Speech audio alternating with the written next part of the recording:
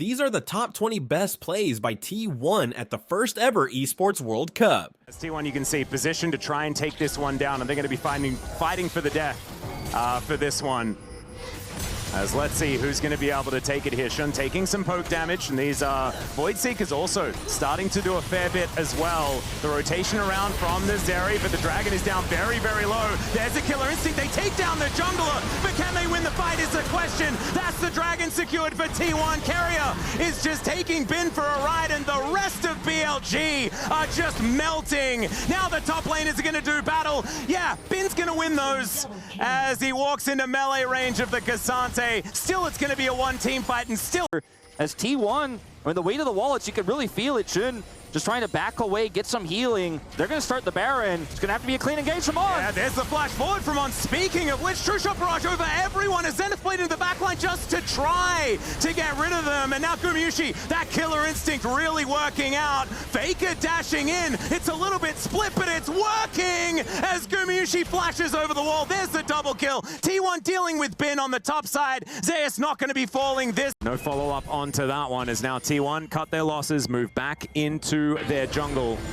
And Kerry actually looking for Elk here. Tempered Fate is going to connect. The Cosmic Binding is so good as he takes matters into his own hands. And now Fake is able to help lock down that kill. There are the resets. Special delivery of Knight as well. As T1 in this team fight looking good, but in comes Bin. Can they actually deal with it? Knight now getting taken down solo. There's the shutdown gold given over to Gumayusi. We said they had to come alive, and I think they may just have. I think they just have. 2 kills to Guma. The snipe coming out. We're not done yet. Oh, Shun. Carrier finds a meep slap. As Shun, he has to flash. Deadly Flourish 2 down to 50%. T1 gonna have to pull that trigger relatively soon as Spear's not quite connecting onto that Gnar, and you can see BLG, they're not wanting to do anything until there's a mini Gnar once again, and now it comes through. The Dragon going to be picked up. On in actually a lot of trouble as the curtains have been called. On just gonna be sniped. No one was there to protect him, and now Elk is going to get slowed down. Shun is here with the rest of the team, but Bin is nowhere in sight. Everyone's a squishy, and there's a Deadly Flourish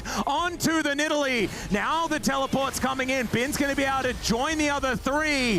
The BLG are getting closed in on, and this is not their side of the map. Certainly not. This is getting real dicey. There is another snare as the Cosmic Binding locks down Knight. He's the target, and the Hyper Proc is going to do it. The Gnar into the wall, the wallop there from Zeus, and he hits that Mega Gnar at exactly the right time. And T1, they just team fight so beautifully, even with backs to... Burn this down so quickly. BLG have to be quick. Yep, all of them do. Stranglethorns in hand here for Owner as well as they manage to hold them all down. There's the Infernal Soul, and the curtains are being called now as well. There's the Tempered Fate. It does get the stun on tonight as Valkyrie's now going to be utilized. Magical Journey comes on through as there's the Gnar. Zeus very delayed once again, but it's a bloodbath, and it's being delivered by T1. Bin trying to get what he can done, but the Buster Shot's too good. Is this going to be a pentakill for the GOAT? No, it's not, because Gumayusi, he wants his piece of the pie as the Raptors don't get angry at Elk, but he is still running the wrong direction. And I think this hunting party from T1 will be able to take down their prize. Unless, well, Magical Journey does come on through. Volley from the brush gives away his position, and Elk is buying a lot of time. They're not losing any time here in the mid lane, though. T1 just pushing it down right away, just taking this inhibitor. Elk buying a lot of time. Yeah, Grasping Root's going to be there, and especially with Carrier just off to the side. Jan needs to be so careful. Owner here towards the top side as well. Everyone on TL is in so much trouble. That was a decent dodge there as Jan not going to walk in to the Glacial Fissure. True Shot Barrage looking to be traded as APA moves towards the bottom side. Jan is so low, and APA, he's just going to explode. Faker's in there, Carry's in there, and there is Core JJ trying to Hex Splash his way to safety. I don't think even the Eclipse can save him from this one, though, as Gumayusi almost dies to minions, but he's able to move himself out of get caught out. Let's see. Oh, actually still in that fog of war. It's Umpty that's going to go for the face check.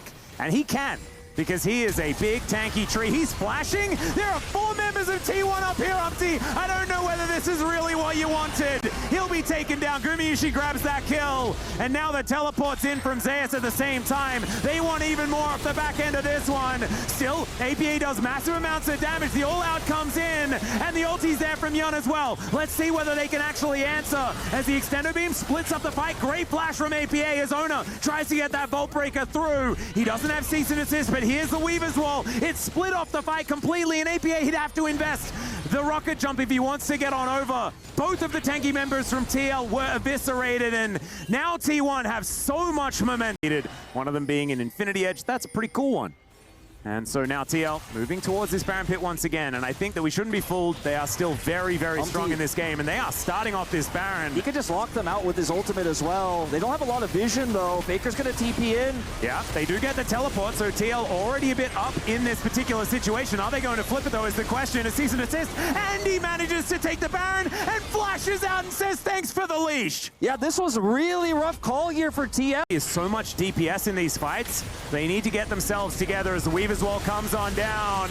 There's a huge pushback from Zeus, who's in amongst 4 people right now. Gumayushi, the only one there to back him up, and they want to take him down, but they're not going to be able to do so. Cease and desist comes in on top of Core JJ, and then it's Owner that's out once again. APA torn apart at T1. That was absolutely gorgeous. The flash forward from Faker to finish the job, and it's just Impact that's left alive. I think T1 are kind of done with this game. I think they're done with it. They want to push down this inhibitor and end the game. So close to escaping was APA there, almost over the wall. Owner with the heroic plays there in those final moments. Impact, last man standing, picks up Azonius here. Let's see what he can do. Well, he does go golden, but that's not going to apply to his turrets, unfortunately, so they will be taken down. Core JJ is going to respawn. It's not going to be his day, though, today, as T1 will move to the final. Love trying to come over here and put some chip damage into this mid turret, but T1 using their spike incredibly well, even with no objective online. And the fact that they're just going to get this tier 2 bot, it's such a huge influx of gold. Oh. Yeah, it's kind of ridiculous as Mako throws out the ulti, looks to interrupt Owner as he walks his way in, but the teleport from Zeus should mean this bottom laner going down as Mako able to walk his way out. The Foxfire is enough to do it, though, as Faker picks up another one. Contested a turret take. Yeah, going to be the Dragon fully taken down. They did manage to deal with the minion wave, but you can't kill Shelly that quickly. And so she will be helping out. Tien taking a fair bit of damage, though, as Owner gets back over the wall. Equalizer, they're all lined up on top, and now the barbecue begins. The ultimate out there from Cream is decent. Still hit by the hostile takeover, though, as he flashes away. There's the cease and desist as Jackie Love looks to try and get himself out of it. But once again, it's his Flame Spitter that's doing all the work. A double kill for Gumayushi, and they'll take the turret on top. One equalizer there from Zeus, the perfect angle when they're up against the wall, nowhere to escape, and they decimate top esports. The Baron, but it's suffocation here and not wanting to make any risks on this map as Mako possibly caught out. There's a handshake. He puts up the door. He's soaking a lot of damage, but Faker dives in. He picks up Tien, who does have the twisted advance to try and get forward, but Zeus, it's once again the barbecue, and Faker is taken down. Trees on top of it. Jackie Love dies off the back end. Faker, he even had the bailout available. He was never going to die, and that is a clean ace for T1. Such a decisive victory from T1 to bounce back on this one. Yeah, ended up in a really unfortunate position there, Zeus, because obviously he got away from the gank, but the wave state was still bad, so Tien hung about, but I think played that as well as he could to disengage from the situation. See some heavy trading in the mid lane, but not too sure much is going to come from it. That's what we've been seeing with this Azir Corki matchup these days. There's the Flash Emperor's Divide, though the spear's going to connect, and first blood goes to Owner in a blink of an eye. Not necessarily the CC setup for a spear that you normally think of, but when it's timed this well from Owner. The map as well, and he can stop Faker from teleporting over. There is the Rift Tail being picked up by Tien as the arrow is going to barely miss onto top esports, and they'll make it out just fine. Emperor's Divide was used here on this bottom side as Faker is going to use the buffed up Honeyfruit to speed his way out. Oh, the Whirling Death comes in as 369 still chasing. Jackie Love is punished, though, and Owner's just going to execute him. I was watching the picture-in-picture and he just pops. Oh, it's such bad news for top esports, and now they're going to get punished again. 2 members underneath this tower. Remember, Tien has no flash. Oh, hostile takeover comes on through, and that's going to be an easy pick-up. Tien, the one in trouble, and Zeus able to tank up that turret so comfortably. They can reset as Cream. He comes in. That's going to mean that Mako at least survives as 369 still trying to find some value here. There's the flash from Gumayushi. Love moving back. See where Gumayushi is going to fire that arrow as Carrier with the information. Handshake now on cooldown. Fantastic angle for his going ult, down lower and lower. just fighting it out slowly. Yeah, there's the hook finally going to connect there as now Zeus dives in. He finds the Q and there's the all-out special delivery from the T1 top lane of Etienne. He's going to survive. Jackie Love gets one back, but now Gumayusi is free hitting in the back line, and it's a double kill for Ona. It almost looked okay until it was domination for T1. Stack's gonna get reset again. Falling down, but thankfully the GOAT's gonna be there to help him out. Like the aggressive play, as he may have put himself out of position. Faker moves in. The Flash Emperor's Divide is gonna get the flash out of Cream. That'll be the trade. Top Esports now looking for their second Chemtech Drake. They were able to take the last one. And now a teleport is coming in. T1, they want to get themselves towards Soul Point as the spear almost does it, but it's going to be the secure hook. He's going to connect onto Carrier, but the hostile takeover comes in. The flash gets him out of there, and now it's T1 able to turn it. The flash from Ona almost gets on top of Jackie Love, and it's Faker that finishes the job. Double knockup, but it doesn't matter. T1 crush another team fight. Over for free. And Zyra is happy to just press the button. 369's caught! 369's gonna get caught out of position. He flashes towards Carrier, but he just keeps him at arm's length. And the Crocodile will be taken down to his GA. And now Top Esports desperate to find some sort of retaliation. But there's even an arrow there to be thrown towards him. He's dead too fast for it to actually land. And now Super Minions are in the base of Top Esports. And T1 should be able to at least collect a Baron and then wander down the top lane. Finally, they catch the Croc. You know, the Croc caught them last time, picks up a Quadra, but this time he's on the edge. He's trying to find the flank angle. They predicted. They cleared so much of that vision there for Top Esports. They knew the angle he was trying to take, and then they find him, kill him twice, and that's the end of the game. Handshake comes in here from Carrier as Cream not going to get hit by the hostile takeover.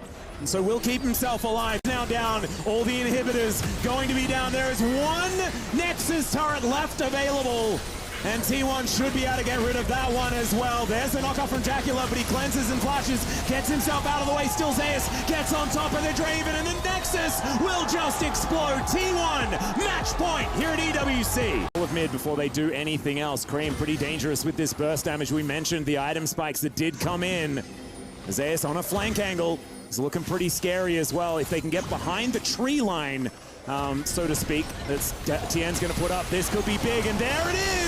Tien already taking so much damage, the redemption comes down, but it doesn't let Jackie Love. He dies in the blink of an eye. They traded for the Rumble, though. 369 still trying to get out of there as Gumayusi trying to chase through, and Faker is able to clear up the rest of them. They didn't even need the Xayah in the fight, as it turns out, as Cream is going to die. Gumayusi comes in, some casual auto attacks, and who cares about Dragon when you can kill a purple worm? And what a beautiful approach to the team fight. You saw T1. Once they get it here, this 7,000 gold lead is going to be further pushed. It's only 1,600 on the Baron play so far. As okay, that's an aggressive move as Carrier once again taking matters into his own hands. Doesn't even go down as they've taken one for now. This might be an opportunity though. They all out, but Ona, he is out. He's just going to walk away from it. The frontliners just kind of limping after that, but that's all they need to do. As T1's push is at least going to be stopped. Featherstorm, and Gumayusi just throws the feathers at him and he dies. And at this point, T1 are just outplaying Top Esports every time. On this flank, but it may be too late. Yeah, Gumayusi out of vision. Carrier is going to walk over that controller as this Dragon is going down low. The ulti is going to go wide there from Ona, though, as you can see. 369 looking to keep Carrier out. There's the Infernal Soul, though, and the Equalizer is phenomenal. The grand entrance from Carrier once again as Faker is going to flash on top of Tien. The all-out comes through from 369, but he's just dead because now there's a Xayah in the fight. It's a clean ace, and T1 are looking to take their last Nexus of EWC. The team fighting is excellent. The target selection is supreme. T1 have ramped up over the tournament and are looking to end this game. Such a great flank from Carrier spotted, but this team is in position to follow up. No one can punish him, and the Rakan with a grin on his face is gonna get it done. The Nexus will fall, and T1 will be your first Esports World Cup presenting League of Legends winner.